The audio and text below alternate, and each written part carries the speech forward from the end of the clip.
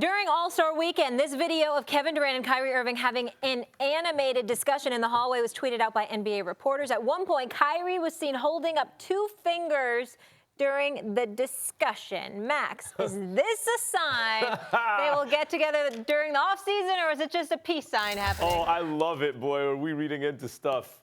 No, I don't think it's a sign they get together. We both know they're free agents. They like each other. They want to play together. But it would not be in a place like, say, the New York Knicks, as everyone thinks, because I don't believe that KD has it in him to start from scratch with a guy like Kyrie trying to win championships. I think if Kristaps Porzingis was still there and they had the cap space to get someone else plus Kyrie, and they had a great coach and it was a good organization, and KD felt the odds were stacked in his favor to the point where he couldn't not win a championship, then he would go to a place like the Knicks and face that pressure. But I don't think just starting with Kyrie, he's going to look at the Warriors or whoever else and be like, yep, we can win championships here and I can prove my point. And I think that's the issue for KD. He wants to go and prove a point. So, no, I don't read into him and Kyrie having a laugh in the hallway. I don't. I don't read into it, but I do know that they get along with each other, that they consider themselves friends, that they communicate, and that the belief is that those two are going to pair up this summer and play together somewhere, preferably New York. I will tell you this. I'm very, very concerned as to whether or not that's going to happen, primarily because of KD. When I saw KD go off about the media the other day and how he just wants to play basketball, I'm like, wait a minute. You bothered about that in Golden State? What the hell you going to do in New York? I mean, that's what's scaring the living hell out of me, because obviously being a native New York and a diehard Knicks fan, I would love to see KD in New York City.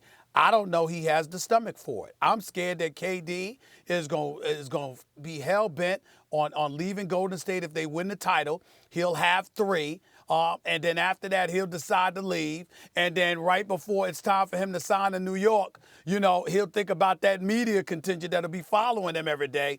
And he'll lose his damn mind and say, hell no, I ain't doing this. You know what I'm saying? That's my fear. I don't understand why he's even considering leaving Golden State anyway. Not worried about Kyrie that way, are you?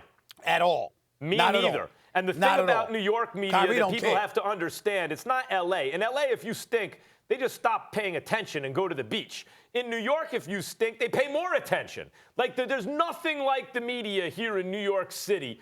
And I think Kyrie could handle it. He wouldn't love it, but he would do it. I don't think KD wants it, particularly, Stephen A., if those two come together after they traded Porzingis, the expectations would be sky high. Let me tell you the difference. Kevin Durant wants to ball and win. Kyrie Irving wants to do that, but he wants to put on a show. And Madison Square Garden, whatever you want to think of it, it's still in a lot of people's eyes considered the Mecca, particularly people from New Jersey and New York like Kyrie. And so the thought of going at the Garden and being the headliner and putting on a show every night would be very appealing to Kyrie Irving. Kevin Durant, he just wants to ball, win, and go home. And New York doesn't exactly work that way. Stephen and by A., the way, hold on, Max. By the way, let's also remember this. When we talk about people coming to New York, we need to remember it ain't just about the Knicks. There's this team in Brooklyn with no stars that's above 500. Sean Marks and Atkinson and those boys, they've done a hell of a job. I mean, Dinwiddie and those boys can play, man. And they're an average team now. You bring up the Nets. You bring up the Nets. I want to touch on that quickly. I don't understand why it's not a hotter destination. Brooklyn rings bells around planet Earth. And if they had a championship squad with a showman as the leader, it would be the hottest ticket in sports by far anywhere on the globe. I don't know why that's not spoken about more as a destination. But that said, that traffic on Atlantic Avenue is a bear. Deal with it. It's a bear. You're not lying, but deal with it. Deal with it. You'd be at Barclays, you'd be fine. Here's the point. At the 11th hour, if the Nets are not considered more, if people are really looking at the Knicks, I just put myself in KD's position or Kyrie's position. At the 11th hour, Jerry West calls. Oh, I could go to play in L.A. in the sunshine with Jerry West at the helm and draft picks and talent around me, or I got to go to the Knicks and deal with Dolan and the weather and the bad team and the dysfunction.